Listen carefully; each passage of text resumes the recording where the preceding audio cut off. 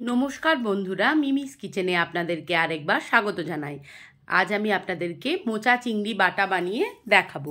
এখানে আমি মোচাটাকে ভালো করে ছাড়িয়ে নিয়েছি, আর শেষের যে কচি অংশটা সেটাকে আমি 4 টুকরো করে নিয়েছি।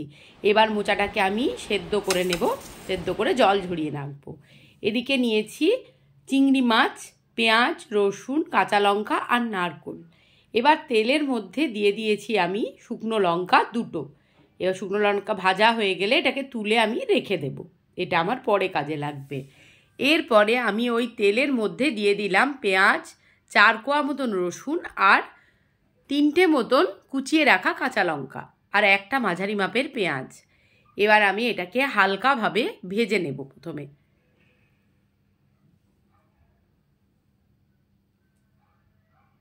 মোচার তো আমরা নিরামিষ ঘন্ট, মোচার নানান রকম মানে আমরা খেয়েই থাকি খাবার। আজ আমি এই মোচা বাটাটা করলাম চিংড়ি মাছ দিয়ে। আপনারা হয়তো অনেকেই বাড়িতে বানিয়ে খান, আমি আজ বানিয়েছিলাম তাই আপনাদের সাথে ভাগ করে নিচ্ছি রেসিপিটা। এবার আমি চিংড়ি মাছগুলো দিয়ে আবারও হালকাভাবে ভেজে নিচ্ছি।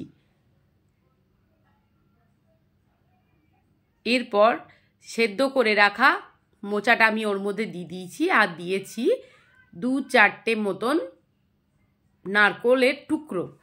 এবার নুন দিয়ে ভালো করে এটাকে আমি কড়াইয়ের মধ্যে নেড়ে নেব। নারকেল যদি না থাকে তো স্কিপ করতে পারেন, আমার কাছে ছিল তাই আমি 2-4 টুকরো নারকেল ওর মধ্যে দিয়ে দিয়েছি। বাটাটা করলে খেতে ভালো লাগবে। বাটাটা হয়ে গেছে, ঠান্ডা হয়ে গেলে এবার আমি গ্রাইন্ডারের মধ্যে এটা দিয়ে দেব। শিলনোড়ায় বাটলে খেতে ভালো লাগে বেশি, কিন্তু যেহেতু আমার শিলনোড়াতে আমি আঁশ করি না, তাই জন্যে আমি এটা শিলনোড়ায় বাটতে পারলাম না।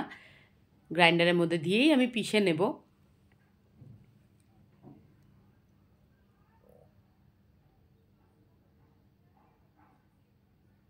এবার বাটা হয়ে গেছে, এই দেখুন। এবার ওপর থেকে কাঁচা তেল আর শুকনো লঙ্কা দিয়ে ভালো করে আমি এটাকে হাত দিয়ে মেখে নেব। লঙ্কাটাকে আগে ভালো করে ভেজে নিচ্ছি। ব্যাস তৈরি হয়ে গেছে আমার মোচা চিংড়ি বাটা। ভিডিওটি ভালো লাগলে like, comment, share and subscribe করে আমার পাশে থাকবেন।